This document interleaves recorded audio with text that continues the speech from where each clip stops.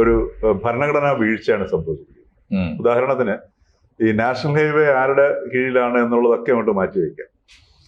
ഇപ്പം ഈ കൊട്ടിയത്ത് മൈലക്കാട് എന്ന് പറയുന്ന സ്ഥലത്ത് നാഷണൽ ഹൈവേയിൽ, അപ്പൊ അവിടെയാണ് കൊല്ലത്താണ്. അപ്പൊ അവിടെയാണ് ഈ സർവീസ് റോഡിലൂടെ പോയിക്കൊണ്ടിരുന്ന സമയത്ത് സ്കൂൾ ബസ് പോയിരുന്നപ്പോഴും സ്ത്രീകൾ ഡ്രൈവ് ചെയ്ത് പോയപ്പോഴും ആൾക്കാർ കാർ ഓടിച്ചു പോരുന്ന സമയത്ത് റോഡ് ഈ നാഷണൽ ഹൈവേ ഈ മറ്റേ ഉയർത്തിക്കെട്ടിയിരുന്ന സാധനം താന്നിട്ട് ഈ സൈഡ് റോഡ് പെട്ടെന്ന് പിളർന്ന് മാറുകയാണ് ചെയ്യുന്നത്. ആൾക്കാർ വാഹനത്തിൽ നിന്ന് ഇറങ്ങി ഓടുകയാണ് ചെയ്യുന്നത്. അതെ, മനസ്സിലായില്ല. അപ്പൊ ശരിക്കും പറഞ്ഞു കഴിഞ്ഞാൽ ജീവൻ അപകടത്തിൽ വരുന്ന ഒരു അവസ്ഥയാണ്.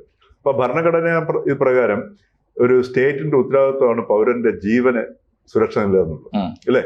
ഇപ്പൊ കൊട്ടിയം എന്ന് പറയുന്നത് കേരളത്തിനകത്താണ്. അതിലൂടെ ഓടിച്ച ആൾക്കാർ ഇന്ത്യയിൽ ആരോ ആയിക്കോട്ടെ, മലയാളി പോലും ആണോന്നില്ല, അവരുടെ ജീവൻ ഉറപ്പ് നൽകുക എന്നുള്ളത് സ്റ്റേറ്റിന്റെ ആവശ്യമാണ്. ഇതിനനുസരിച്ചിട്ടാണ് നമ്മളുടെ ഭരണഘടനാ നിയമങ്ങളും സകല നിയമങ്ങളും പിന്നെ വകുപ്പുകളും എല്ലാം ഇതിന് അനുസൃതമായിട്ടാണ്. അപ്പോൾ ഒരു നാഷണൽ ഹൈവേയുടെ ഒരു പ്രോജക്റ്റ് കേരളത്തിൽ നടക്കുകയാണെന്നുണ്ടെങ്കിൽ ഇത്തരം വശങ്ങൾ കോർഡിനേഷൻ അതിന്റെ ചുമതല സ്റ്റേറ്റ് ഗവൺമെന്റ് തന്നെയാണ്.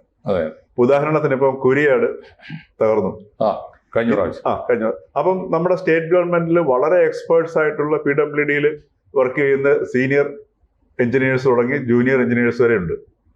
അപ്പൊ ഇവരെല്ലാവരും വളരെ കോമ്പിറ്റന്റ് ആയ ആൾക്കാരുമാണ്. ഇവർക്കൊക്കെ ഒറ്റ നോട്ടത്തിനറിയാം എവിടെ ഇടിഞ്ഞു വീഴും എന്നുള്ള കാര്യം. കാരണം എന്ന് വെച്ച് കഴിഞ്ഞാല് അവരുടെയൊക്കെ അത്ര അശാസ്ത്രീയമാണ്. കാരണം എന്തുകൊണ്ട് അശാസ്ത്രീയം എന്ന് പറഞ്ഞു കഴിഞ്ഞാല് ഇവിടെയൊക്കെ അതല്ലെങ്കിൽ ഈ ഡിസൈനിൽ അവർ മാനിപ്പുലേഷൻ നടത്തി കഴിയും.